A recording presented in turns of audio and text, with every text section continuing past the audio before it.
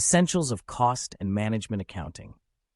This course explains the nature of management accounting and how it aids managers' decision-making. It looks at the impact that varying levels of costs and volume have on operating profit. The course also demonstrates how budgets are used to control and monitor the performance of an organization. The course will wrap with a summary of the key learning points, followed by an action planning exercise with a view to applying the acquired knowledge and skills immediately upon your return to work. Management accounting is crucial for efficient business management, especially in the areas of formulation of strategy, planning, measurement and control of performance, decision-making, ascertaining income and costs, and establishing prices.